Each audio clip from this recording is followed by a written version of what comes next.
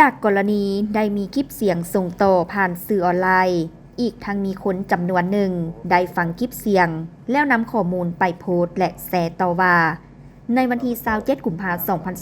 2025ได้เกิดมีเหตุการณ์คนขับรถตู้สีขาวลักพาตัวเด็กน้อยอยู่เขตบ้านดอนดูเมืองหาดทรายฟองนครหลวงเวียงจันทร์ต่อกับกรณีดังกล่าวนั้น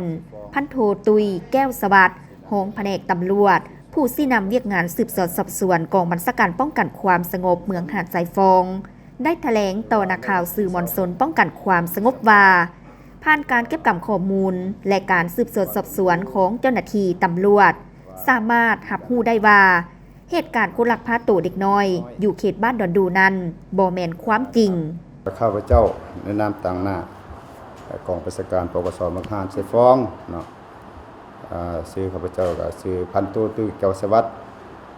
รองแผนกตำรวจปกส.เมืองหาดทรายฟองสีนำเรียกงานสืบสวนสอบสวนเศรษฐกิจอาญาเป็นสัน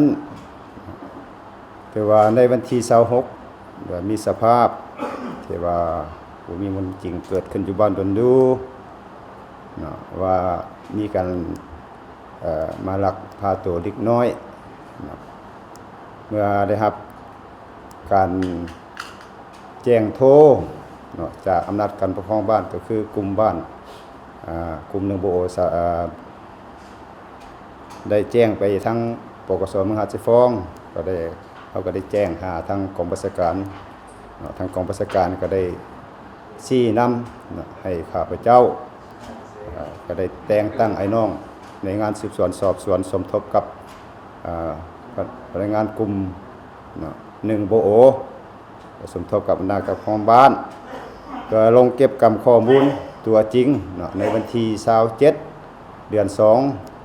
2025อยู่ที่บ้านดอนดูหันเกี่ยวกับสภาพที่ว่า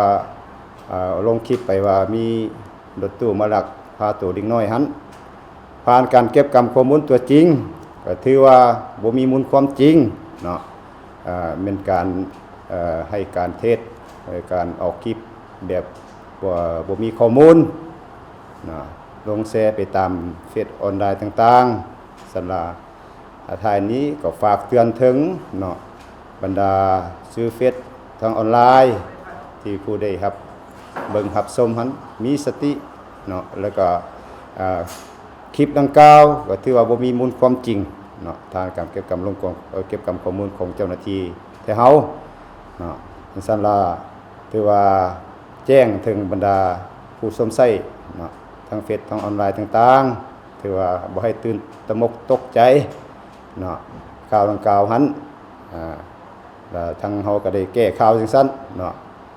ให้พ่อแม่ประชาชนท่านบ่ให้มีความตกใจหั่นแหละหรือว่าปั่นป่วนสืบต่อในการแชร์ทางเฟซทางอันนั้นถือว่าข้อมูลที่เฮาก็ได้ซ้ำนั้นถือว่าแจ้งไปถึงภาคส่วนเกี่ยวข้องรับทราบจังซั่นขอขอบใจนอกจากนี้ลุงทองสุขเจ้าของคลิปเสียงดังกล่าวซึ่งเป็นพ่อตู้ของเด็กน้อยที่ถูกอ้างว่าถูกลักพาตัวได้ยืนยันความรู้สึกผิดต่อสังคมว่าเจ้าสบายดีข้าพเจ้ากับผู้ปกครองของนางน้ำพึ่งในวันที่26เวลาประมาณ 17 โมงได้มีครอบครัวโทรแจ้งข้าพเจ้าว่ามีคนไปลักเด็กน้อยมีรถตู้แล้วข้าพเจ้าก็ได้ลงกลุ่มครอบครัวเว้ากับเพิ่นว่าให้เพิ่นไปเบิ่งให้แต่ท้ายสุดมาสอบสวนแล้วบ่มีมูลความจริงเพราะว่าหลานท่านเลิกโรงเรียนบ่ตรงเวลาไปแล้วหลานย่านกลัวพ่อแม่สิหายเพิ่นเลยว่าเว้าไปทุกทีหั่นนะฉะนั้นข้าพเจ้าขอให้หยุดส่งต่อคลิปเสียงของข้าพเจ้าที่ได้เว้าออกไปว่ามีคนลักพาตัวอยู่บ้านดอนดู